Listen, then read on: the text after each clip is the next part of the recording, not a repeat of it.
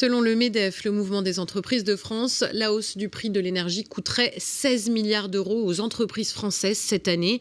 Face à ces chiffres vertigineux, quelques conseils aujourd'hui pour tenter de réduire les coûts au maximum. Nous sommes en direct avec Bertrand German, le fondateur de Sherpa, une entreprise française experte en facture d'énergie. Bonsoir, merci d'être en direct avec nous sur Télé Nantes. On le voit, beaucoup de petites entreprises qui sont confrontées de plein fouet à cette hausse des tarifs de l'énergie. Bertrand German, ça peut aller jusqu'à combien en plus par rapport aux années précédentes ? Nous, ce qu'on observe aujourd'hui, c'est que communément, ces entreprises, elles ont multiplié leur budget d'énergie entre x5 et x10 par rapport à ce qui se pratiquait avant la crise Covid, donc en 2019. Elles s'en préoccupaient pas forcément spécialement avant de leur facture d'électricité, de gaz, ces entreprises ? Non, parce qu'en fait, tout simplement, le coût de l'énergie à l'époque était extrêmement bas et puis stable. Donc, il représentait peu de leur chiffre d'affaires et puis surtout, il ne bougeait pas d'année en année. Donc, c'était assimilé à un poste de frais généraux comme le sont la poste, les télécommunications, les achats de fournitures de bureaux. Ça rentrait dans cette phase, dans cette poche de frais qui était finalement peu scrutée et à raison parce qu'il n'y avait aucun intérêt à aller s'y intéresser de manière précise. Ça peut avoir des conséquences dramatiques, on imagine, sur les entreprises.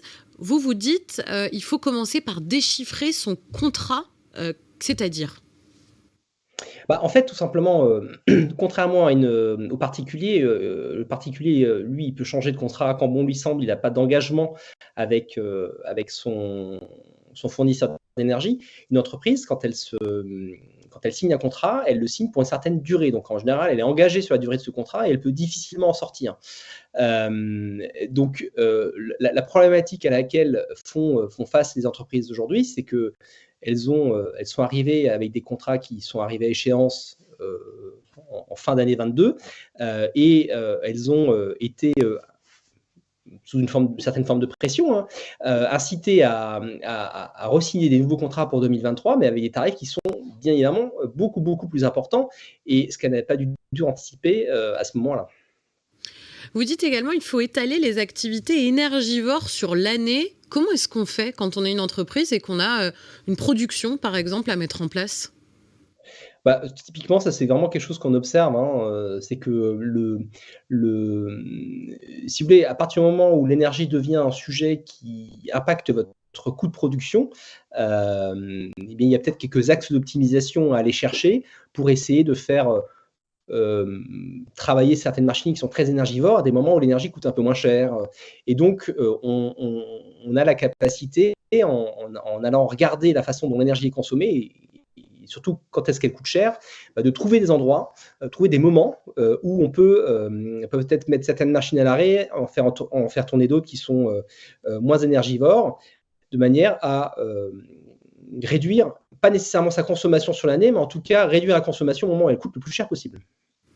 Comment est-ce qu'on sait tout simplement quand elle coûte le plus cher, cette énergie ? C'est indiqué concrètement dans nos contrats ?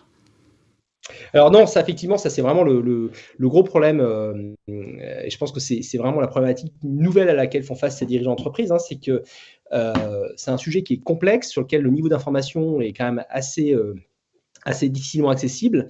Et donc, comprendre son contrat, comprendre sa facture, comprendre ses différentes zones tarifaires et l'évolution de ses coûts au sein des zones tarifaires, ça vire vite au casse-tête.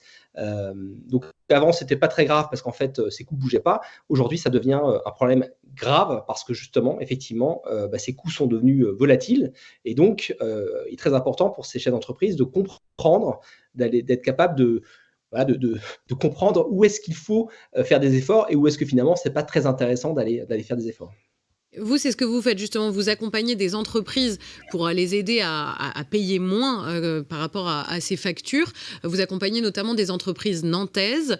Oui. Ça peut se chiffrer à combien cette baisse grâce à ces petites économies par-ci par-là ?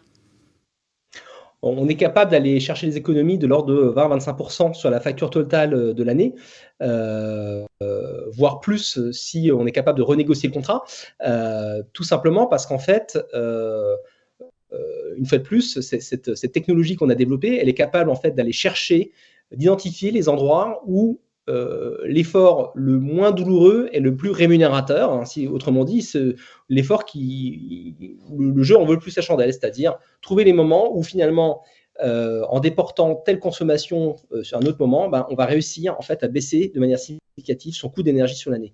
Donc voilà comment ça fonctionne.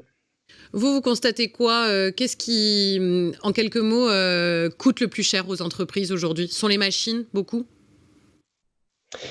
En fait, ce qui coûte le plus cher, c'est que tout simplement sont